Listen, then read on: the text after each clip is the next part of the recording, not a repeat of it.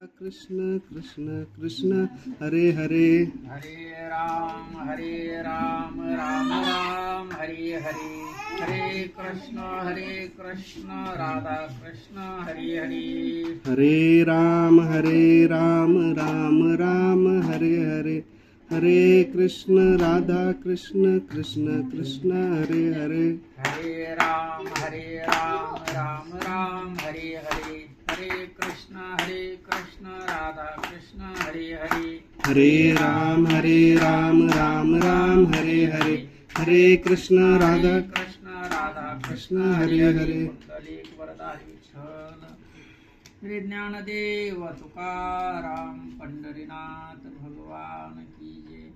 माऊली श्री संत ज्ञानेश्वर महाराज की जय. शांती ब्रह्म श्री संत एकनाथ महाराज की जय. जगद्गुरु श्री संत तुकाराम महाराज की जय.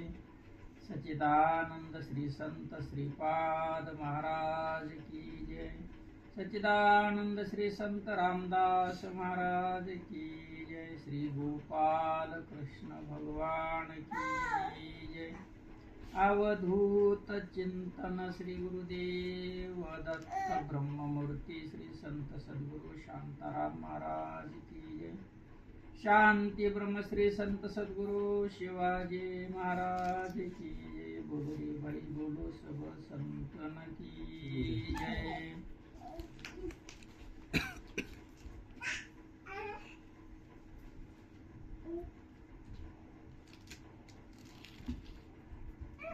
परस्वभाव कर्माणि य प्रशंसति निंदति स अशु प्रशंते स्वार्थाद सत्य विनिवेश्यत.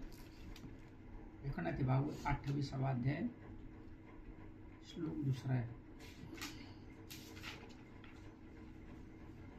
नाथ बाबांनी या श्लोकावरती सुंदर विवेचन केलेले. मी एक सर्वज्ञाता पूर्ण ऐसा धरुणी ज्ञानाभिमान जगाचे देखे दोष गुण निंदी ब्राह्मण मुख्यत्वे. शब्द ज्ञानी त्याला ज्ञानबंधू म्हणायचे. अनुभव कुठलाही नाही, अनुभव नाही तो वाचलेलं. सद्गुरू नाही, अनुग्रह नाही, म्हणून साधक सर्वात श्रेष्ठ मानलेला आहे. साधका तू माऊली पिके सारस्वत तुझी पावली या लागीन संधी सावली मी तुझी. साधकाची सावली मी सोडणार नाही ज्ञानोबर आहे म्हणतो. पण जो ज्ञानबंधू आहे, ज्ञानबंधू म्हणजे वेदाचा अभ्यास, उपनिषदाचा अभ्यास, गीतेचा अभ्यास, परंतु सर्व मुखोद्गत. मग तुकोबारामध्ये हो का पंडित शहाणा अनिक नये माझे मना हो का पंडित शहाणा. ज्ञानबंधू ज्ञानाचा अभिमान धरतो आणि मग मी एक ज्ञाता आणि जग सर्व अज्ञानी. अज्ञान दुसऱ्याला म्हटलं मग तिचे दोष बघण्यात आले. विज्ञानी मी श्रेष्ठ गुणवान आणि दुसरं जे कोणी असेल ते अज्ञानी. दुसऱ्याला अज्ञान म्हणणं हा दोष बघणे. परंतु ज्ञान अज्ञान समजून घेण्यासाठी विभागणी केलेली संतांनी. मग ब्राह्मणाची निंदा करण्यास मागे पुढे पाहत नाही. पराचे स्वाभाविक कर्म. आता बाळ हसत ताईनं हात वर केला, बरोबर आहे, डोळ्याच्या पापण्या खालीवर स्वाभाविक कर्म आहे. हे हात हलणं, पाय चालणं, तोंडाने बोलणं स्वाभाविक कर्म आहे, सहज येते. पंचेंद्रिय आणि पंचकर्मेंद्रियाचे स्वाभाविक कर्म आहेत. आणि मग त्या कर्माच्या ठिकाणी दोष बघतो. पराचे स्वाभाविक कर्म स्वयं निंदणे हा आधर्म.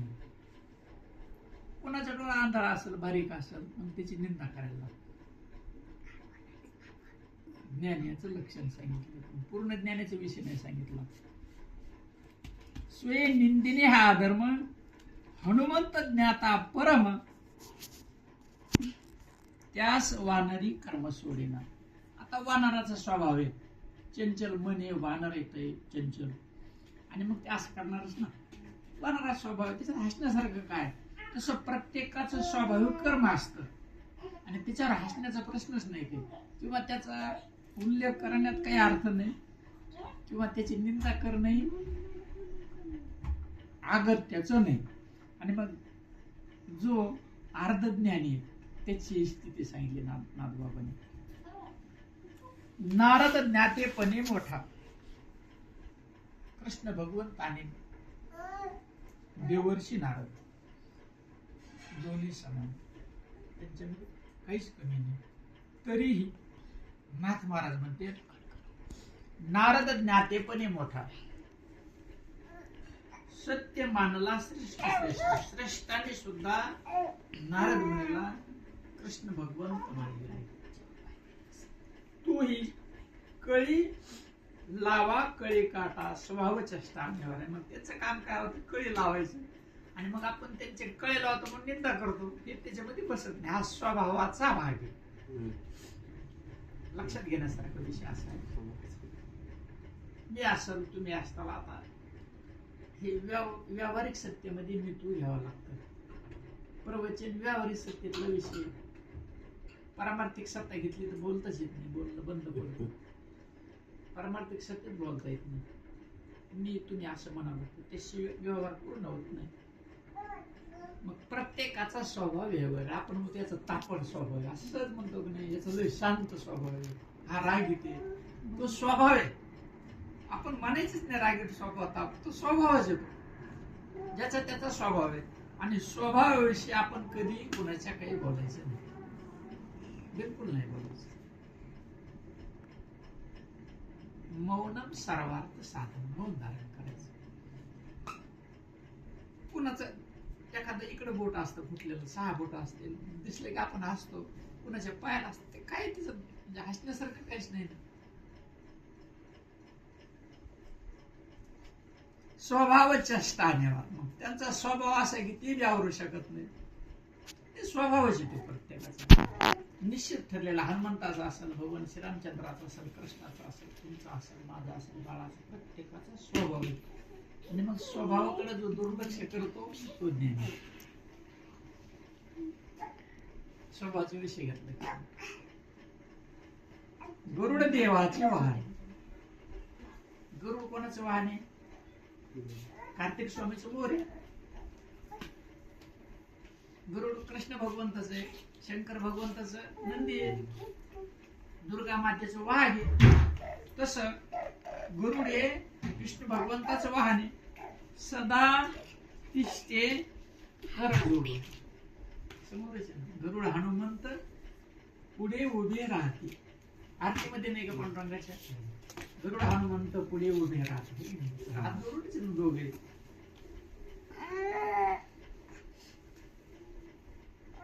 तूही करी सर्प भक्षण. आयशे कर्म जाणं स्वाभाविक. मग त्याचं स्वाभाविक कर्म कोणतं आहे? मग सेवन करणं. आज एकादशी राम राम म्हणा, राम राम राम राम राम. आपल्या मुखातून एखादा शब्द गेला मध्ये रामांस, आपण सहज जरी म्हणतो तर आपण राम राम मानायचं. म्हणजे काय, त्याच वेळाला तक्षणी लगे वाचा शुद्ध होती.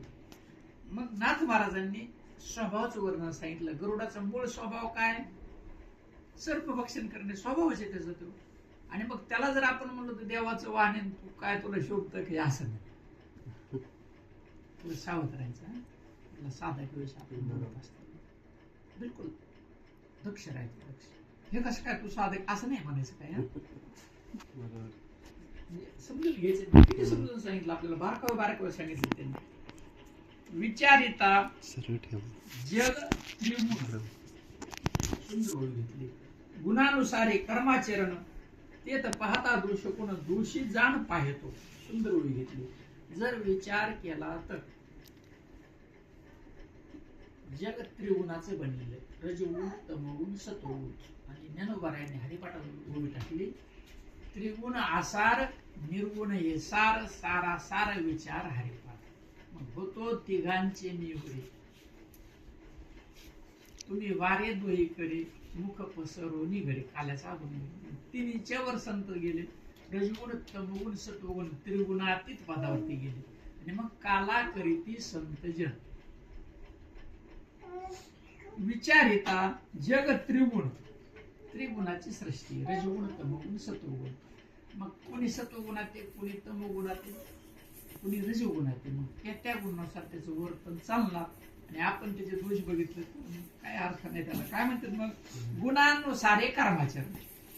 सत्वगुणात असेल सत्वानुसार गुण, रजगुण असेल तर रजगुणात वर्तन, तमगुणात असेल तर तमगुणानुसार वर्तन.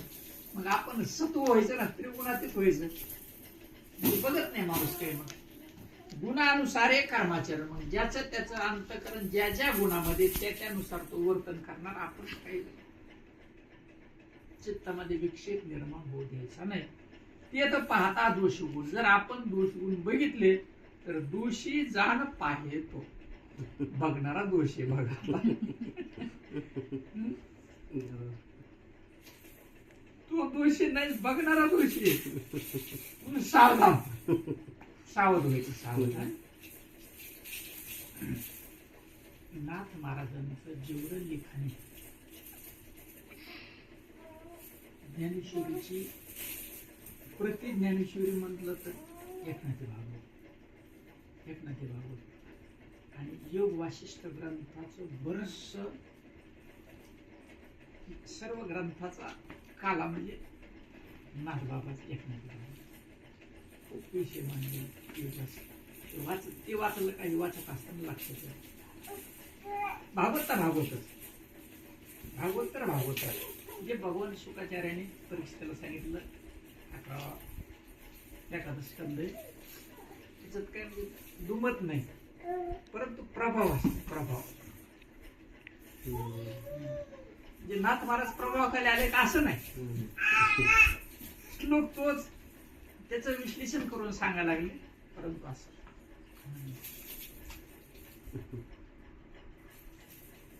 दोषी जाणं पाहिजे. आणखी पुढे भागवतामधली रूप नाम कर्म गुण हे तो अवघे मिथ्या जा. काय म्हणते ते?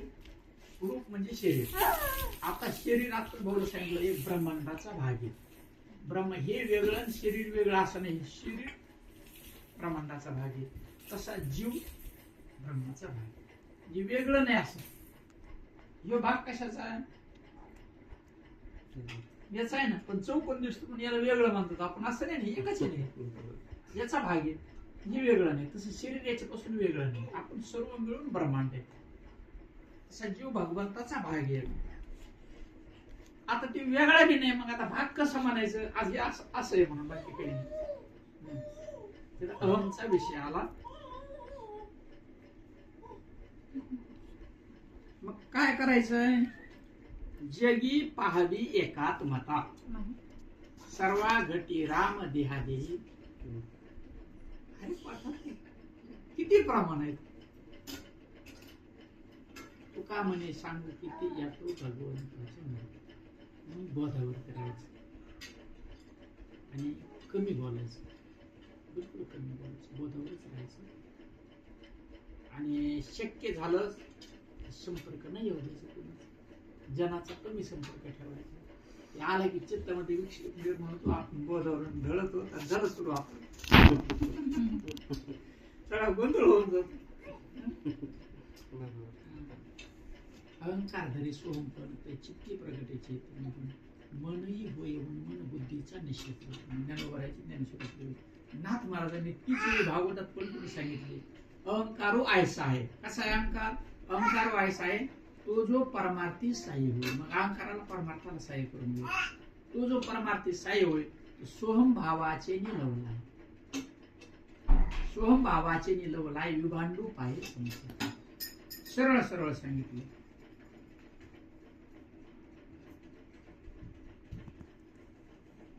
जगी एकात्मता पाहावी एकात्मता ही ब्रह्मस्थिती का सर्व. आपण ब्रह्मस्थिती काय, आत्मस्थिती काय प्रकारे किती स्पष्ट सांगितलं. जगी पाहावी एकात्मता. भगवंताशिवाय दुसरं कोणीच नाही, नाहीच दुसरं कोणी. हे ब्रह्मस्थिती का सर्व. ब्रह्मस्थिती, ब्रह्मस्थिती काय? जी ब्रह्मस्थिती स्पष्टपणाने सांगितली. सांडूनी गुणदोष पाहता तो निजात्म घाता प्रवृत्ते. मग हे सोडून जर तो गुणदोष बघायला लागला तर त्याने स्वतःचा घात करून घेतो. आता सांगितलं नामरूप कर्मगुण हे तो अवघ्या मिथ्याला. ज्याला नाव आहे, ज्याला रूप आहे, तिथं कर्म घडतं आणि ते गुण आहे, हे सगळं मिथ्या आहे.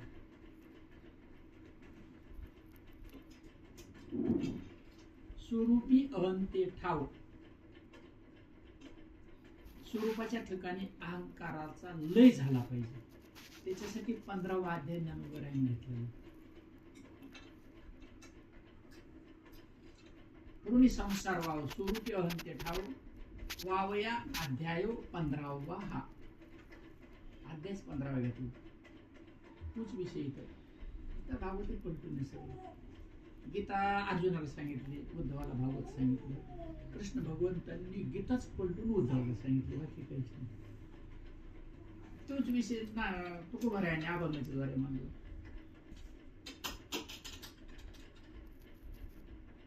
सांडूनी गुणदोष पाहता तो निजात्म घाता प्रवृत्ते. स्वतःच घात नाही. पाषाणवर जमन का अंतकरण पाषाण करायचं. मान अन्न धन हे तो प्रारब्धादी. मान अन्न धन प्रारब्धादी सर्वांना मिळते. जसे त्याचं कर्म ठरलेले आपापल्या. नको खेद करू कोण त्या गोष्टीचा पती लक्ष्मीचा जाणते. सकळ जीवांचा करीतो सांभाळ तुझं मोकली लायशन. आपल्याला का मोकली सगळं सांभाळतो. आता पिता नाही करत. बिलकुल आता पिता नाही करत. शांती शांती परते नाही सुख येर अवधीची दुःख. ती ज्ञान हृदय प्रत्यक्ष आणि शांतीचा अनुकूल होते. विस्तार बोध प्रगती आत्मबोधाचा बोध दिला झाला पाहिजे. चौथीयाच्या ठाई काहीच करणे नाही. काही नाही करायचं. निश्चित करायचं. निजात्म घाता प्रवृत्ती स्वभावे भेटल्या सज्जन. आपली काय स्थिती होती बघा आता. आपलं काही खरं नाही. स्वभावे भेटल्या सज्जन शोधून पाहे दोष होईल. सज्जन भेटलं तरी ते कसं काय त्याच्या लगेच दोष गुण यायचा असं कसं.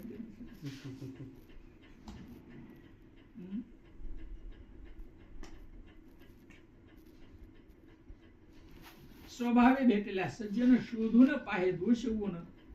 या परिज्ञानाभिमान निंदास्तवन उपजवी. इतका ज्ञानाभिमान महात्म्याचे दोष बघायला निवडतात. लगेच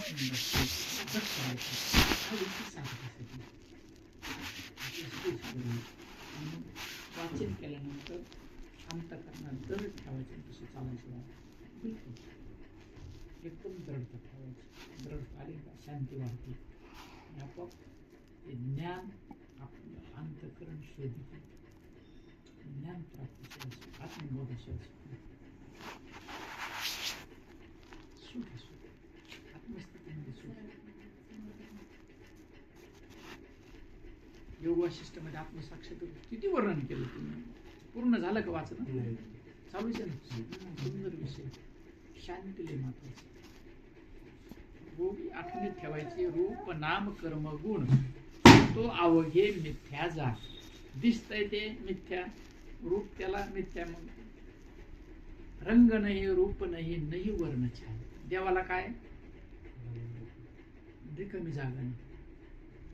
थोडी सुद्धा रिकामी नाही. भरला घनदाट हरी दिशे. देवाशिवाय काही नाही. काय करायचं मग. मोगरा फुलला मोगरा फुलला फुले वेचिताची भरू कळीशी आला.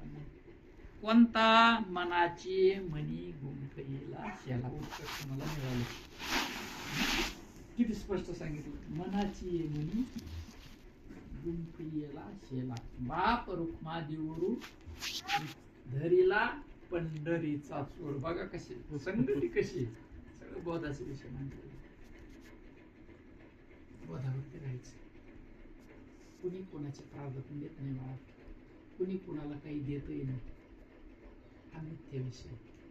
दृढ राहायचं. मी दिलं म्हणलं किती बाधलं. बारीक बारीक मी काहीतरी कोणाला दिलंय त्याच्याकडून अपेक्षा आहे म्हणलं की दुःख सुरू झालं. मिथ्याच विषय. थोडक्यात सांगू का,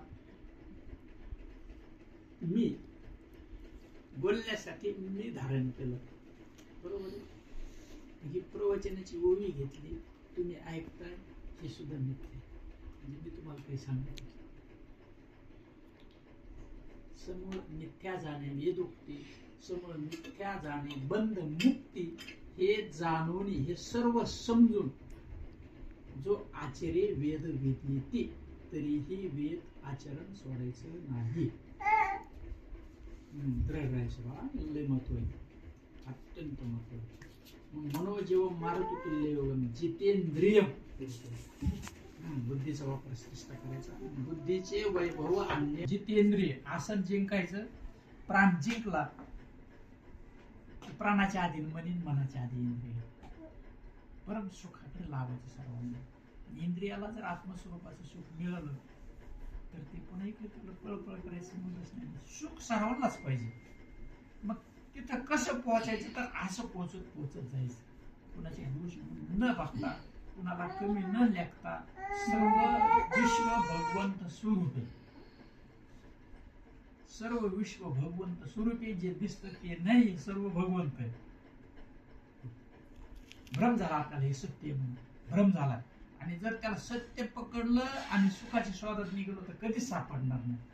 असं दृढ राहायचं आणि आनंदाने याच्यामध्ये चालायचं. आपल्याकडे जे आलं ते सोडायचं नाही. ग्रस्त असताना ग्रस्ताना चालले जे आलं ते, अंतरीचा विषय वेगळा, बोधावर राहायचं आणि असं चालायचं.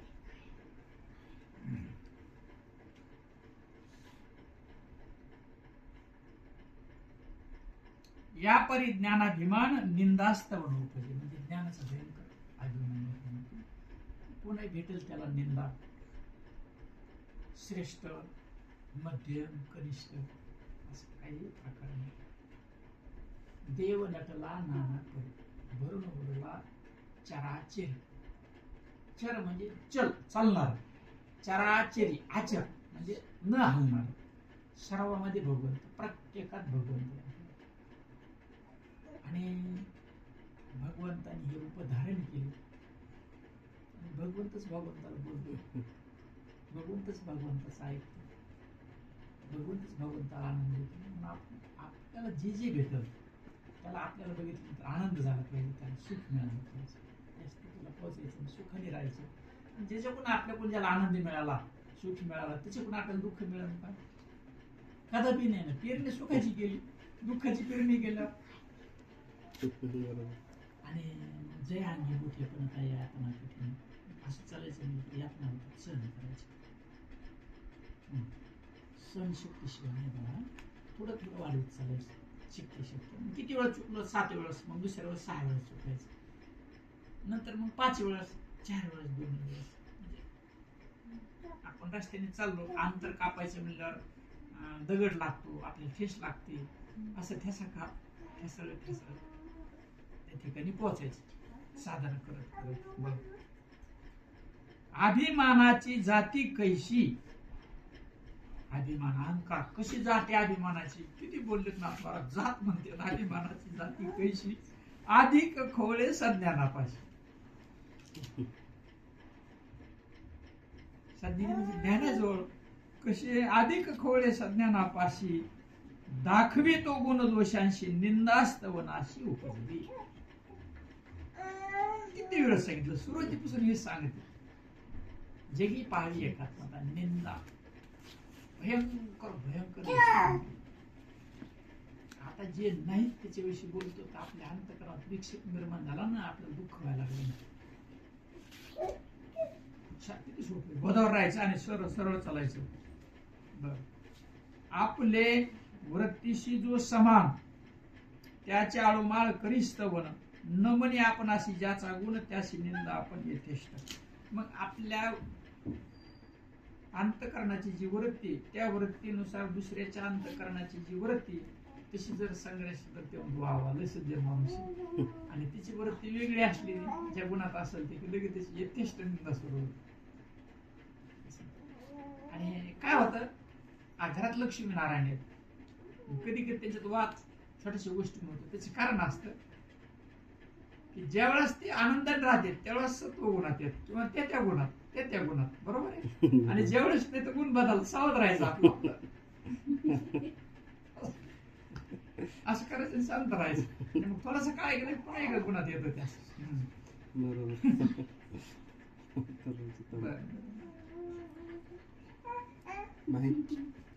निंदा स्तुती उपजेचे, स्तुती सुद्धा घाते की निंदा घाते. सज्जन म्हणलं कोणाला स्तुती झाली, निंदा केली ते झालं ना.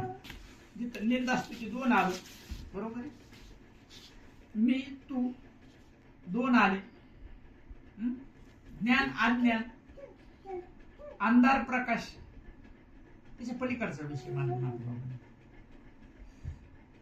निंदा स्तुती उपजे जेथ, भेद क्षोभला उठे तेथ, निशेष निर्दाळे परमार्थ, महानर्थ अंगी वाजले.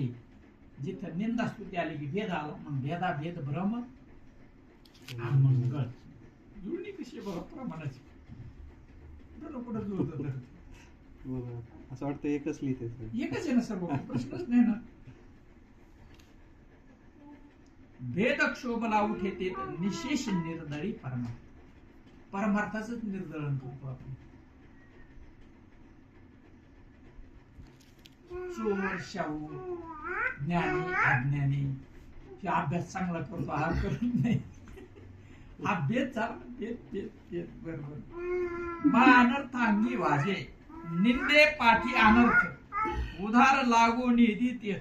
निंदा केली की अनर्थ लगेच, बरोबरच. पावसाळा संपला की लगेच हिवाळा संपला लगेच, त्याला काय असे 2-4 महिने लागत नाही. तशी निंदा म्हणले की निंदे बरोबर अनर्थ बरोबरच. रोकडा अंगी आदळत, निज स्वार्थ घातक. लगेच नगदी अंगावर आदळतो, आपला घात होतो. मग घात करूनच घ्यायचं नाही, काय काही गरजच नाही ना. आपल्याला बोधावर राहायचं, जगात समदृष्टी ठेवायची, सम्यक ज्ञान, सम्यक विचार, सम्यक आचरण, सम्यक भेद सगळे मिथ्या येथ, याची अर्थीचा स्वप्न दृष्टांत स्वय सांगे श्रीकृष्णात दृढ परमार्थ साधव आहे. मग हे कसं साध्य करायचं, परमार्थ साध्य कसा करता येईल, दृष्टांत द्यायला. कशाचा? स्वप्नाचा दृष्टांत द्यायला, स्वप्न दृष्टांत. आता कसं आहे, आपण झोपी गेलो, बरोबर आहे, आणि झोपल्यानंतर आपलं शरीर खाली झोपलेलं आहे. मग स्वप्नात कोणतं शरीर येतं? शरीर झोपलं ना, मग स्वप्नातलं कोणतं आहे? ती उठत, मंदिरात जातं, फुलं घेतं, महादेवाला फुलं वाहतं, पेढे वाहतं, घरी घेऊन पेढे, बरोबर आहे की नाही? ती शरीर कोणतं? खरं कोणतं? झोपलेलं का ते गेलेलं? खरं कोणतं? झोपलेलं, बरोबर आहे. स्वप्न पडल्यानंतर शरीर खाली झोपलेलं आहे, त्याला स्वप्न पडलं. मग स्वप्नाचं शरीर खरं का खोटं? खोटं आहे की नाही? ते जसं स्वप्न मग जागा झाल्यावर ते खरं का खोटं? तसं आता जागा केलं ना आपल्याला, जागा केलं ना, ते जसं स्वप्न आहे तसं आहे स्वप्न. स्वप्नाचे प्रकार आहेत अल्प, मध्यम, दीर्घ. आता तुम्ही घर घेतलं, एका वेळेस आपण पैसे भरू शकत नाही, मग त्याचे टप्पे पाडले, त्याला दीर्घ मुदतीचं कर्ज म्हणतो, बरोबर आहे. मध्यम मुदतीचं म्हणजे 2 वर्षात भरू. अल्प म्हणजे सोनं ठेवलं पैसे आणले, आपल्याला मे महिन्यात सोनं लागणार आहे, आपण पैसे भरले आणि सोनं घेऊन आलो. मग अल्प, मध्यम आणि दीर्घ मुदतीचं कर्ज. तसं स्वप्न अल्प, मध्यम आणि दीर्घ. मग हे जे ब्रह्मांड आहे हे दीर्घ मुदतीचं स्वप्न, दीर्घ मुदतीचं स्वप्न. विश्व सृष्टी, मग ईश्वराने सृष्टी बनवली तर ती सृष्टी आपल्याला बाधक नाही. ईश्वराची सृष्टी आपल्याला बाधक नाही, आपल्या मनाची एक सृष्टी ती आपल्याला बाधक आहे. आपल्याला काही करायचं नाही, मनाने बनवलेली सृष्टी नष्ट करायची. ईश्वराची सृष्टी नाही, ती आपल्याला सहाय्यक आहे. मनानं जी सृष्टी निर्माण केली, आता मनच कळत नाही. मन कधी कळतं? या लागी मनाचे मनपण आत्मसाक्षात्कारी विण कोणाशीची न कळे गा जाण हे मुख्य लक्षण मनाचे. मनाचं लक्षण कधी कळतं? आत्मसाक्षात्कार झाल्यावर मन कळतं, तोवर कळत नाही. तरी काय मन म्हणजे ऐका आता, विचार म्हणजे मन, निर्विचार व्हायचे. निर्विचार संगत येते. विचार म्हणजे मन, सावध व्हायचे. आता मग मनाच्या बघा, मनाच्या ठिकाणी विचार नाही, विचार म्हणजेच मन. म्हणजे विचार वेगळा आणि मन वेगळा असं नाही. मग विचार आला तर काय करायचंय? आपण असं करायचंय की विचार संताचे विचार येऊ द्यायचे. विचार आला, आपण साक्षी आहेत त्याची. हा विचार आला, आपल्याला कळलं का नाही? बरं, अपराध्याला शिक्षा आहे, गुन्हेगाराला शिक्षा आहे का साक्षीदाराला? गुन्हेगाराला. मग आपण गुन्हेगार व्हायचं नाही, साक्षीदार व्हायचं. बरोबर. साक्षी होऊन बघायचं मनाकडं, त्या विचाराकडे साक्षी रूपाने बघायचं. विचार येईल जाईल, विचार येईल जाईल, पण त्या विचाराची अंमलबजावणी करायची नाही. म्हणजे मनाचं ऐकायचं नाही. मन काय? बुद्धी आणि इंद्रियाच्या माझारीले संधी. बुद्धी आणि इंद्रियाच्या मध्ये मन. इंद्रियाकडून मेसेज मनाला जातो आणि मन बुद्धीला पाठवतो. मन बुद्धीला पाठवतो. मग बुद्धी योग्य अयोग्य विचार करते आणि तो मेसेज मनाला देते. अंमलबजावणी मनाला करायची. मग बुद्धी 2दा 3दा 4 वेळा सांगते बरोबर नाही, बरोबर नाही. मन काय ऐकत नाही. मन काय ऐकत? मग आयोग्य करून बसते, त्याचं दुःख होतं. बुद्धीला वैभवाची शिकरावं नाही. सत्व बुद्धी गेली सांगतो विषय. बुद्धीला सत्वात दीर्घ, मध्यम आणि आळू स्वप्नाचे प्रकार आहेत. कधी कधी आपण झोपलो तर बऱ्याच वेळ स्वप्न पडतं आणि कधी कधी दुपारी झोपलो तर 1-2-3 सेकंदात स्वप्न पडतं. ते जे स्वप्न आहे तसंच हे स्वप्न आहे. निश्चिंत राहायचं. कळलं नाही हे स्वप्न आहे म्हणून त्याची बाधा कमी करून घेऊ आपण. एक जोडप लग्न झालं त्यांचं, आनंदाने संध्याकाळी सगळ्यांनी जेवण केले, आरामशीर पडले. त्या नारायणाला स्वप्न पडलं, आपल्याला लॉटरी लागली, बंगला घेतला, सोनं आणलं लक्ष्मीला, काय गळ्यातलं कानातलं सर्व आणलं, स्वतःला ब्रासलेट सगळं आणलं, मुलांना आणलं, नवे कपडे, गाडी आणली, 4 व्हीलर फॉर्च्युनर, सगळे बसले. म्हणजे आपल्याला तुळजापूरला दर्शनाला जायचं. बसले गाडीत, बाला घाटावर गाडी गेली आणि ब्रेक फेल झालं. फेल झालं ते म्हणतो हो हो हो, आता हो हो ते झालं.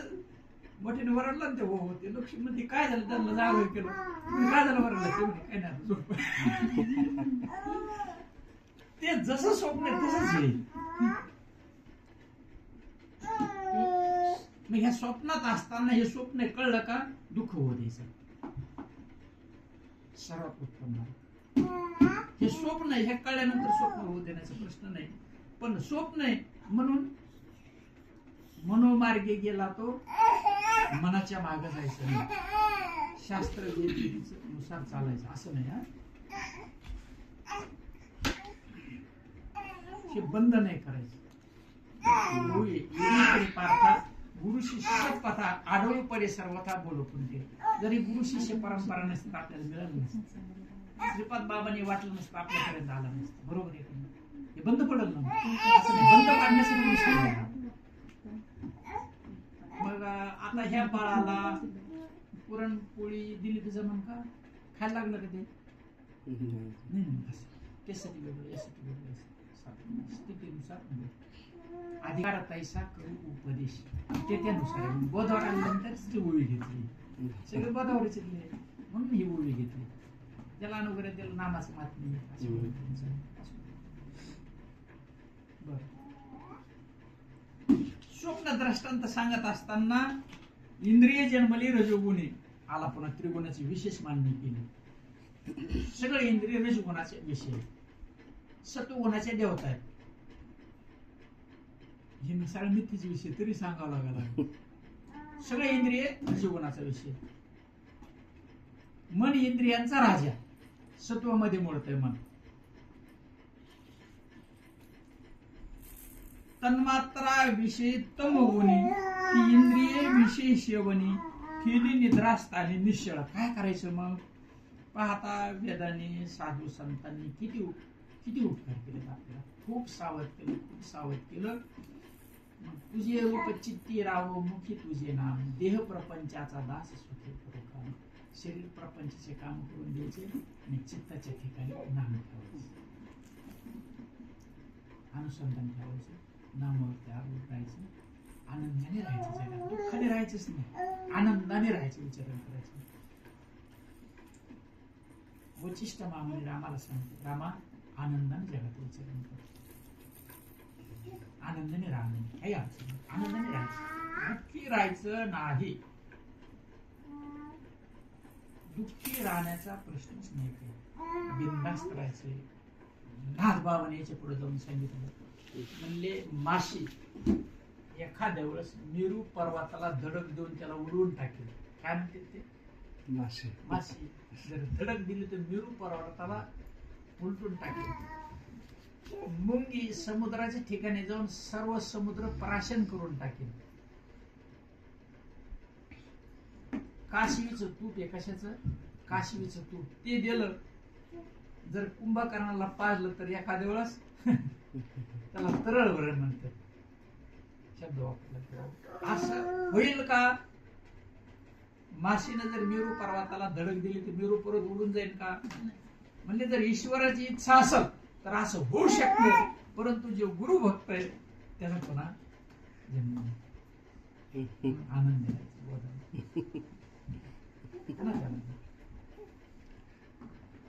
काही मिळवायचं राहिलं नाही, काही मिळवायचंच राहिलं नाही. सरळ आहे ना, मार्गच नाही ना.